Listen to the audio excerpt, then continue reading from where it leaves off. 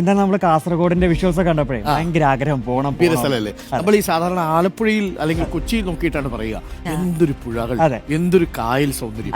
പക്ഷെ യഥാർത്ഥത്തിൽ നമ്മൾ ഇനിയും എക്സ്പ്ലോർ ചെയ്യപ്പെടാൻ കണ്ടെത്തേണ്ട ഒരുപാട് സ്ഥലങ്ങൾ കാസർഗോഡുണ്ട്. പക്ഷെ എനിക്ക് തോന്നുന്നു സാർ, ഈ മലയാളിയൊക്കെ കൂടുതൽ കണ്ണൂർ വരെ എത്തിയിട്ടുണ്ടാവും, അതിനപ്പുറം പോയിട്ടുണ്ടാവും. പലപ്പോഴും ഈ റോഡ് സംവിധാനമൊക്കെ വളരെ മോശമായിരുന്നു ആ ഭാഗത്തേക്ക്. അപ്പോൾ ഇപ്പോൾ അടിസ്ഥാന സൗകര്യങ്ങൾ ഒരുപാട് വികസിച്ചു വരുന്നുണ്ട്. പ്രത്യേകിച്ച് കണ്ണൂർ മുതൽ കാസർഗോഡ് വരെ യാത്ര ചെയ്യുക, ബെൽറ്റിലൂടെ യാത്ര ചെയ്യുക എന്നുള്ളത് ഒരു സുന്ദരമായ അനുഭവമാണ്. ഇപ്പൊ പണി നടക്കുന്നുണ്ട്. ഹൈവേ അല്ല ഞാൻ ഉദ്ദേശിച്ചത്, ഗ്രാമങ്ങളിലൂടെ ആ നീലേശ്വരം പുഴയുടെ ഒക്കെ തീരത്തൂടി ഇങ്ങനെ മുന്നോട്ട് പോകണം. ചന്ദ്രഗിരി വരെ ഒരുപാട് പേർക്ക് കാണാൻ ആഗ്രഹമുള്ള അല്ലേ നല്ല സ്ഥലമാണ്. കാസർഗോഡിന്റെ ഉള്ളിലേക്ക് പോയാൽ നല്ല കുന്നുകളും പച്ചപ്പും മരങ്ങളും മനോഹരമാണ്. ഞാൻ അതുകൊണ്ടാണ് ഇന്നലെ പ്രേക്ഷകരോട് പറഞ്ഞു, ഈ തണൽ ഉള്ള മനുഷ്യരുള്ള ഒരു നാട് അങ്ങനെ നമുക്ക് വിശേഷിപ്പിക്കാം. നല്ല ഈ അതിർത്തിയിലേക്ക് എത്തിക്കഴിഞ്ഞാൽ നല്ല ഭാഷയും കേട്ടാൽ ഇങ്ങനെ ഞെട്ടിത്തരിച്ചു നിൽക്കും. എന്തായി പറയുന്നത്?